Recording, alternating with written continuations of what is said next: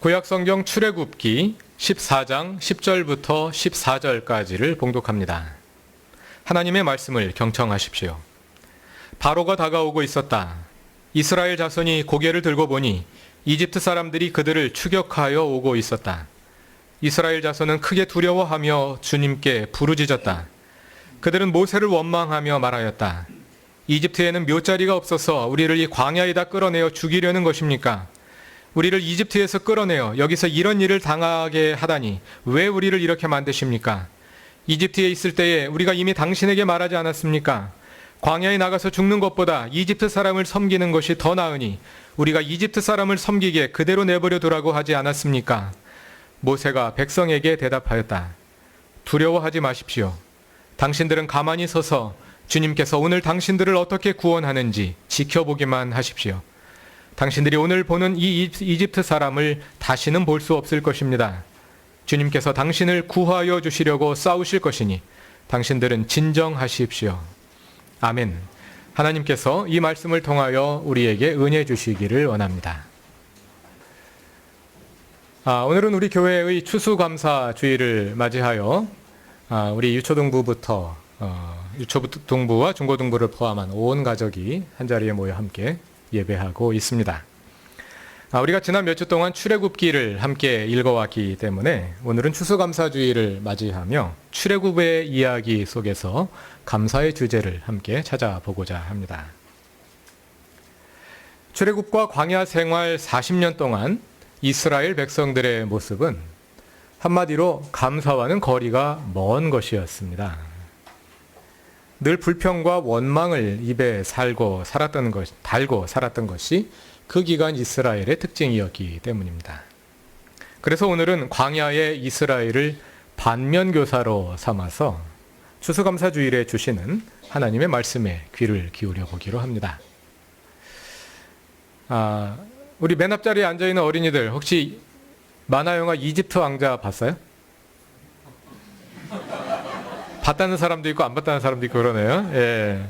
고개를 이렇게 흔들고 있는 민영이가 태어나기 10년 전에 나온 오래된 영화니까 못 본 것이 당연하고요. 큰 언니들은 본 것 같습니다. 어디서 봤어요? 근데? 학교에서도 보고 교회에서도 보고 좋은 학교 좋은 교회 다니고 있는 것 같습니다. 이집트 왕자가 누구 이야기인가요? 모세의 이야기죠. 이 영화에는 이스라엘 백성이 이집트에서 노예로 힘들게 일하는 장면으로 시작해서 모세가 이집트 왕자로 자라다가 왕궁을 빠져나와 미디안 광야에서 양치기로 사는 이야기.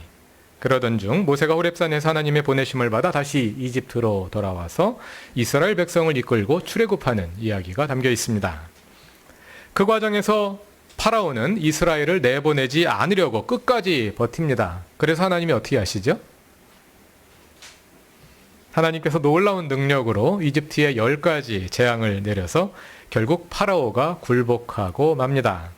이 영화는 이렇게 이스라엘이 이집트를 빠져나온 후에 하나님께서 홍해를 갈라 모든 백성이 바다를 건너가게 하는 장면으로 끝납니다. 우리가 오늘 함께 읽으신 출애굽기 14장은 그 바다를 건너기 전 그 바다 앞에서 일어난 일을 기록하고 있습니다. 이스라엘 백성이 이집트를 빠져나갔다는 소식을 들은 이집트 왕 파라오가 이스라엘을 공격하려고 따라갑니다. 파라오는 특수병거 600대로 무장된 정예 부대를 이끌고 이스라엘을 추격하는데요. 마침 그때 이스라엘은 홍해 바다 앞에 도달해서 진을 치고 있었습니다. 앞에는 바다가 있어서 더 이상 앞으로 나아갈 수가 없고 뒤에는 이집트 군대가 추격해오는 진퇴양난의 상황이 벌어졌습니다. 이럴 때 우리 같으면 어떻게 해야 할까요? 이스라엘 백성들은 이미 하나님께서 이집트에서 놀라운 능력을 행하시는 것을 보았습니다. 이스라엘이 스스로의 힘으로 이집트를 빠져나온 것이 아니라 하나님께서 다 해주신 것이었거든요. 그럼 지금 뒤에는 이집트 군대가 쫓아오고 앞에는 바다로 가로막혀 있는 이러한 위기 상황에서 이스라엘은 누구를 믿어야 할까요? 하나님께서 여기까지 우리를 이끌어 주셨으니 우리 앞에 놓여 있는 문제도 하나님께서 다 해결해 주실 것이다 하고 하나님을 믿어야지요. 그러나 이스라엘은 하나님을 믿지 못하고 두려워하며 모세를 원망합니다. 이집트에는 무덤 만들 곳이 없어서 우리를 이 땅에 끌어내어 죽이려는 거요. 우리한테 왜 이래요? 하면서 말이죠. 지난 3주에 걸쳐 살펴보았습니다만 이스라엘은 아직 하나님의 백성이라 불릴 만한 상황에 있지 않았습니다. 하나님과 분명한 관계를 믿고 오직 그분을 믿고 하나님으로 섬겨야 하나님의 백성이 될 텐데 그들은 아직 하나님을 믿지도 못했고 또 그들 자신을 하나님의 백성으로 분명히 인식하지도 못하고 있었습니다. 그들은 아직 오합지졸이었습니다. 그래서 하나님은 그들을 당신의 백성으로 만드시기 위해 광야에서 호되게 훈련시키셔야만 했습니다. 이스라엘은 40년간 광야를 떠돌며 많은 고생을 하게 되고 그러한 고난의 과정을 통해서 비로소 하나님이 어떤 분이심을 알게 되고 또 그들 자신이 누구인지를 알게 된 것입니다. 그런데 이 광야 40년 동안 이스라엘은 끊임없이 불평을 계속합니다. 차라리 우리가 이집트의 고기 가마 곁에 앉아 배불리 음식을 먹던 그때 죽었으면 좋았을 걸. 왜 당신들이 우리를 이 광야로 끌고 나와 모든 사람들이 다 굶어 죽게 하느냐. 이집트에는 야채도 풍부하고 몸에 좋은 음식들이 많았는데 왜 이 광야에서 매일 만나만 먹다 보니 이제는 물려서 더 이상 못 먹겠다. 이러면서 말입니다. 이집트에서 살 때 모세의 신분이 뭐였나요? 제가 뭐라고 물어봤습니까? 모세의 신분이라고 물어봤어요. 이스라엘의 신분이. 이집트에서 살 때 이스라엘의 신분이 뭐였습니까? 노예였지요. 이집트 사람들이 노예에게 그렇게 좋은 음식들을 그렇게 충분하게 주었겠습니까? 그럴 리가 없죠. 그럼 노예가 아니게요. 그런데 이스라엘은 광야에 나와서 너무 힘이 드니까 차라리 이집트의 노예로 살던 것이 더 낫다고 생각하는 겁니다. 왜 그렇게 생각할까요? 희망이 없기 때문입니다. 비록 지금은 광야에서 고생하고 있지만 이 고생을 통해 하나님께서 우리에게 자유를 주시고 우리를 하나님의 백성으로 만들어 하나님의 땅 가나안에 정착하게 하실 것이라는 소망과 믿음을 가지고 있지 못하다 보니 겨우 이집트의 노예로 살던 시절을 그리워하게 되는 것입니다. 여기서부터 이어지는 광야 생활을 기록한 출애굽기, 레위기, 민수기, 신명기 이 네 권의 책을 읽어보면 이스라엘이 모세와 하나님을 원망하고 불평하는 내용이 10번 정도 기록되어 있습니다. 어떤 분들은 10번이면 많은 것이 아니라고 말하기도 합니다. 왜냐하면 광야에서 40년을 살았는데 그중 10번을 불평했으면 평균 잡아 4년에 한 번 꼴이니까 그 정도면 매우 훌륭한 거 아닙니까? 4년에 한 번 불평을 한다. 그건 거의 성자에 가까운 거 아닙니까? 그런데 그렇게 읽을 것은 아닌데요. 왜냐하면 이스라엘이 광야에서 한 것이 무엇인지를 찾아보면 거의 대부분이 불평입니다. 무슨 말이냐면요. 오늘 본문이 출애굽기 14장인데 거기서부터 읽어보면 매 장마다 불평하는 장면이 나옵니다. 먼저 출애굽기 14장에는 홍해 앞에서 불평을 하고 홍해를 건넌 후 15장으로 가면 수르 광야 마라에서 물을 찾았는데 그 물이 쓰다고 해서 불평을 하고 또 한 장 건너 다음 장인 16장으로 가면 먹을 것이 없다고 불평을 하고 그리고 17장으로 가면 마실 물이 없다고 불평을 합니다. 그런데 신기하게도 그 다음 출애굽기 18장부터 31장까지는 불평하는 장면이 한 번도 안 나옵니다. 왜냐하면 그 사이에는 율법 조항이 기록되어 있습니다. 모세가 시내산에 올라가 율법을 받아온 후에 그 율법의 내용이 무엇인지 자세하게 소개하는 내용이 담겨 있습니다. 그러니까 그것은 사건의 기록이 아니죠. 근데 거기에는 불평의 기록이 없을 수밖에 없죠. 그리고 나서 또 불평합니다. 그리고 나면 출애굽기 32장에서 또 그리고 나면 성막의 설계도와 건축 장면이 이어지고 그 다음 나오는 책이 레위기인데 레위기에는 계속해서 제사와 사회 제도에 대한 율법 규정들이 거의 레위기를 채우고 있고요. 그 다음에 민수기로 넘어가면 각 지파별로 인구 조사한 내용이 10장까지 기록되어 있습니다. 그리고 민수기 11장에 가면 또 비로소 사건의 기록이 나오는데 거기에서 이스라엘 백성들이 고기가 없다고 불평하는 내용이 나옵니다. 그러니까 율법 조항이나 성막 건축이나 인구 조사한 이런 내용들을 빼고 이스라엘 백성들이 광야에 살아가면서 무슨 일이 일어났었는지 그 사건들을 기록한 내용을 보면 거의 대부분이 불평한 내용이거나 아니면 그 불평과 관련된 사건들의 기록입니다. 그러니까 한마디로 정리하자면 이스라엘의 광야 40년은 불평의 역사였다. 이렇게 말할 수 있겠습니다. 반면에 광야 생활을 기록한 이 네 권의 책에는 이스라엘이 하나님께 감사드렸다는 말이 단 한 번도 나오지 않습니다. 비슷한 상황을 하나 찾아보자면 오늘의 바로 이어지는 출애굽기 15장에서 이스라엘 백성들이 홍해를 건넌 다음에 모세와 그의 누이 미리암이 이스라엘을 홍해에서 구원하시는 하나님을 찬양하는 내용이 한번 나오는 것을 볼 수 있습니다. 모세와 그의 누이 미리암이 하나님을 찬양합니다. 그것 외에는 이스라엘 백성들이 하나님께 찬양했다든지 감사했다든지 하는 내용이 한 번도 나오지 않습니다. 이스라엘은 광야에서 하나님께서 내리신 만나를 먹고도 감사할 줄 모릅니다. 메추라기 고기를 먹고도 감사했다는 말이 나오지 않습니다. 바위에서 물이 터져 나와 물을 마시고 나서도 감사했다는 기록이 없습니다. 감사할 줄 모르고 하나님을 찬양할 줄도 모릅니다. 이스라엘은 이집트의 노예로 살며 고역에 시달릴 때 힘들다고 부르짖었습니다. 하나님께서 그 부르짖음을 들으시고 그들을 고통의 이집트로부터 구원해 내셨습니다. 지난 주일에도 확인했습니다만 이스라엘이 이집트에서 해방되기까지 이스라엘 백성이 한 일은 아무것도 없습니다.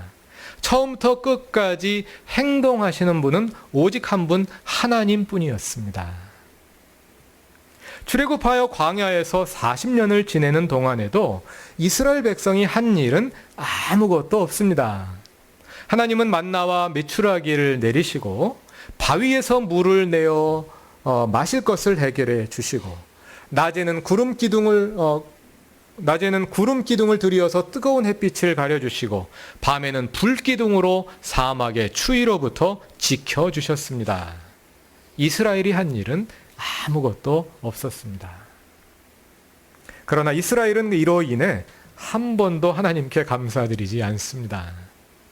오히려 광야 40년간 이스라엘은 감사의 반대가 무엇인지를, 감사하는 신앙의 그 정반대 상황이 무엇인지를 전형적으로 보여주었다고 할 수 있겠는데요.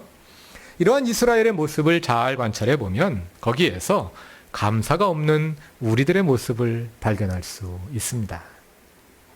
우리에게 왜 감사가 없는지 광야의 이스라엘을 보면서 그 한 가지 이유를 발견할 수 있습니다.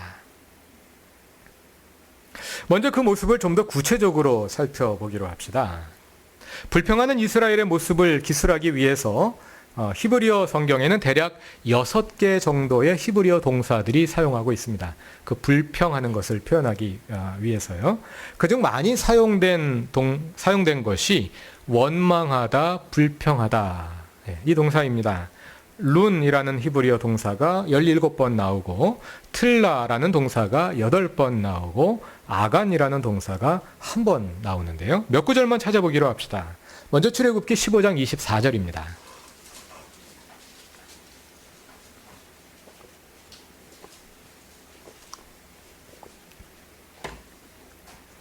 다 같이 읽어볼까요? 15장 24절입니다. 이스라엘 백성은 모세에게 우리가 무엇을 마신단 말입니까? 하고 불평하였다. 여기서는 마라에 물이 쓰다고 불평하는 장면입니다. 그 다음 16장 2절입니다. 16장 2절 다 같이 읽어보겠습니다. 이스라엘 자손의 온 회중이 그 광야에서 모세와 아론을 원망하였다. 먹을 것이 없어서 원망하는 것인데요. 히브리어로 읽어보면 원망했다는 말이 2번 나옵니다. 히브리어의 강조해법입니다. 원망하고 또 원망했다. 그것은 매우 심각하게 원망했다. 이런 표현을 2번 동사를 연달아서 이렇게 표현을 합니다. 원망하고 또 원망하고 심하게 원망했다는 뜻입니다.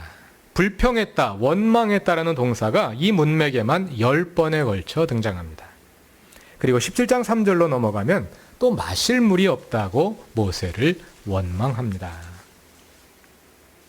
이렇게 원망하고 불평하고 또 원망하는 것이 광야에 있는 이스라엘이었는데요. 그렇게 자꾸 원망하다 보면 그 다음에는 뭘 하게 될까요? 우리 경험에 의하면 자꾸 원망하다 보면 그 다음에 뭘 하게 됩니까? 민수기 11장 4절입니다. 민수기 11장 4절.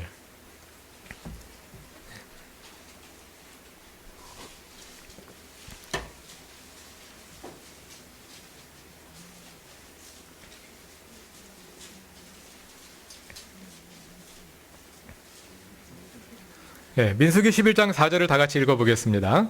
이스라엘 자손 가운데 섞여 살던 무리들이 먹을 것 때문에 탐욕을 품으니 이스라엘 자손들도 또다시 울며 불평하였다. 뭐 하면서 불평했다고요? 울며 불평하였다.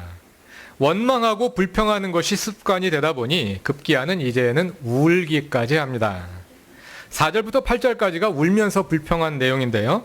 자, 다 같이 4절 끝부분에 보면 큰 따옴표 시작되는 부분이 있죠. 울면서 불평한 내용입니다. 거기서부터 울면서 원망하는 느낌으로 다 같이 한번 읽어보겠습니다. 다 같이. 누가 우리에게 고기를 먹여줄까? 이집트에서 생선을 공짜로 먹던 것이 기억에 생생한데 그 밖에도 오이와 수박과 파와 마늘이 눈에 선한데 이제 우리 눈에 보이는 것이라고는 이 만나밖에 없으니 입맛마저 떨어졌다. 제가 연기력이 좀 뛰어나면 울면서 한번 읽어보겠는데 제가 무대 앞에서는 잘 못하는 체질이어서 그렇게 못해서 아쉽습니다. 이 문맥에만 이스라엘이 울었다는 말이 5번 나옵니다. 그리고 민수기 14장에도 이스라엘이 두려워 울었다는 말이 한 번 더 나옵니다. 자, 이것이 광야에서 이스라엘의 모습이었습니다. 원망하고 불평하고 원망과 불평을 입에 달고 삽니다. 그러다가 급기야는 울면서 불평을 합니다. 누구의 모습을 닮지 않았습니까? 주로 누가 그럽니까? 어떤 모습입니까? 아이들의 모습이지 않습니까? 아이들은 자신의 의사를 원망과 불평으로 그리고 울음으로 표현합니다. 그 이유는 첫 번째, 아이들이 가지고 있는 의존성 때문입니다. 아이들은 스스로 힘으로 해결할 수 없기 때문에 부모에게 의존할 수밖에 없습니다. 그러다가 부모가 들어주지 않으면 달리 방법이 없기 때문에 원망이 생기고 또 말로 안 되면 울면서 조를 수밖에 없게 되는 거죠. 사실은 그러니까 아이들이죠. 그러나 어른들도 어른으로 성숙하지 못하면 똑같은 행동을 보이게 되는 것입니다. 성숙한 사람은 스스로 일어서서 자신의 인생을 책임지고 어떻게 하든지 스스로 해내고 만들어내려고 합니다. 그러나 나이가 들어도 성숙이 이루어지지 않은 사람은 다른 사람에게 의존하여 그 사람이 나를 위해 해주기를 바라고 그것이 이루어지지 않을 때 가슴에 원망이 쌓여서 늘 불평을 입에 달고 살게 되는 것입니다. 그래서 성숙하지 못한 신자에게는 감사가 있기 어렵습니다. 감사는 성숙한 신자, 철든 신자의 특징입니다. 또 아이들이 원망하고 불평하는 이유는 당연히 받을 것으로 생각하기 때문입니다. 아이들은 부모의 고마움을 잘 모릅니다. 아이들이 감사의 편지를 쓰거나 감사하다고 고백은 하지만 마음속에 감사하다는 마음이 잘 안 일어나지, 그치? 부모님 너무 감사합니다. 이런 마음이 일어나나요?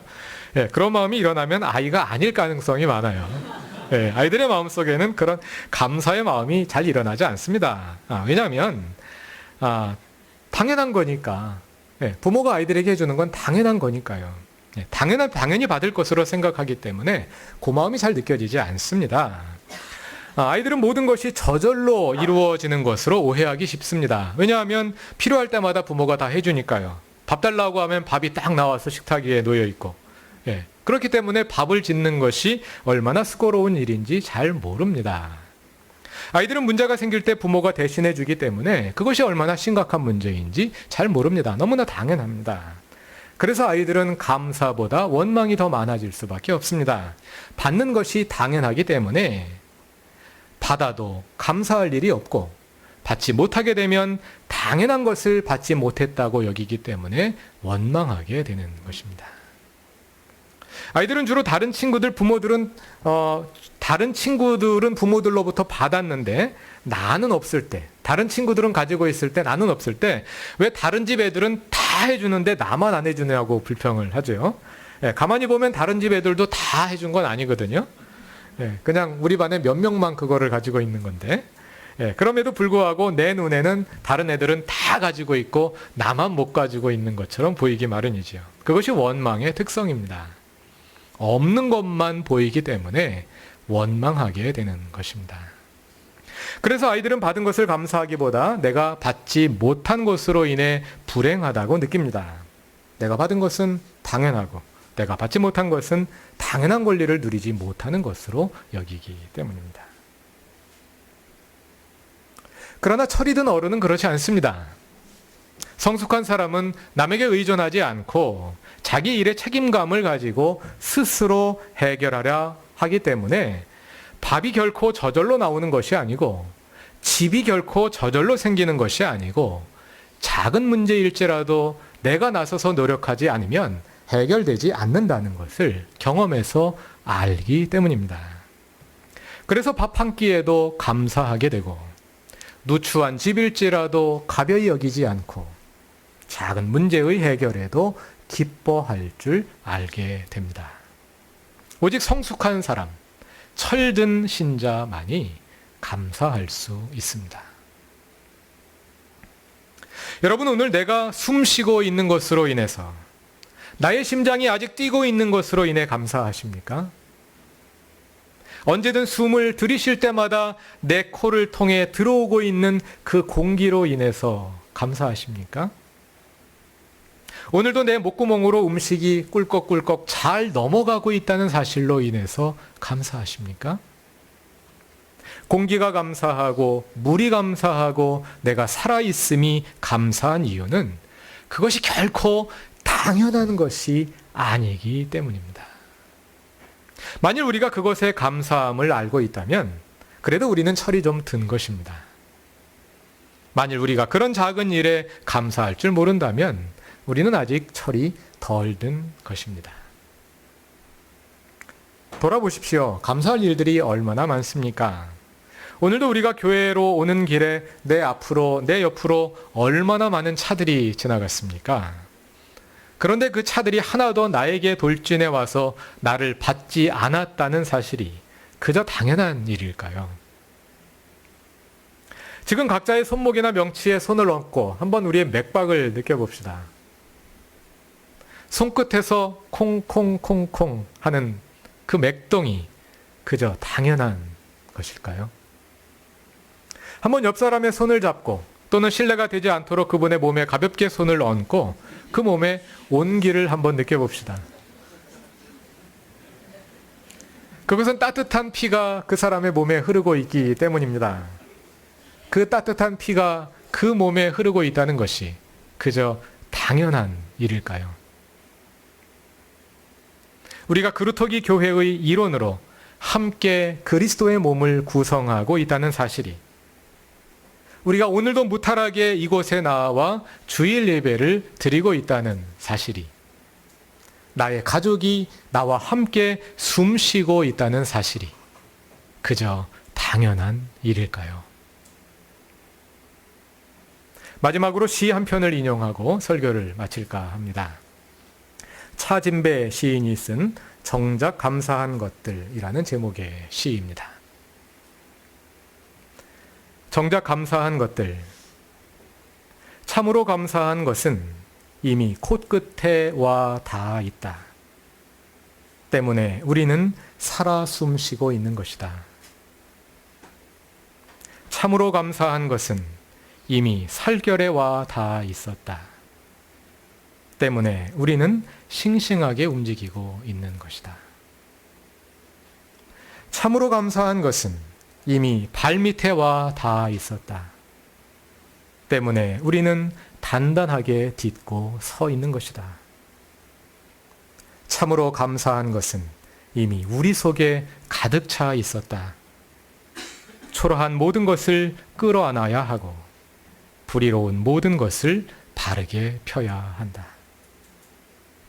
참으로 감사한 것은 이미 우리의 가슴 속에, 우리 가슴 속 깊은 곳에 희망으로 가득 차 있었다.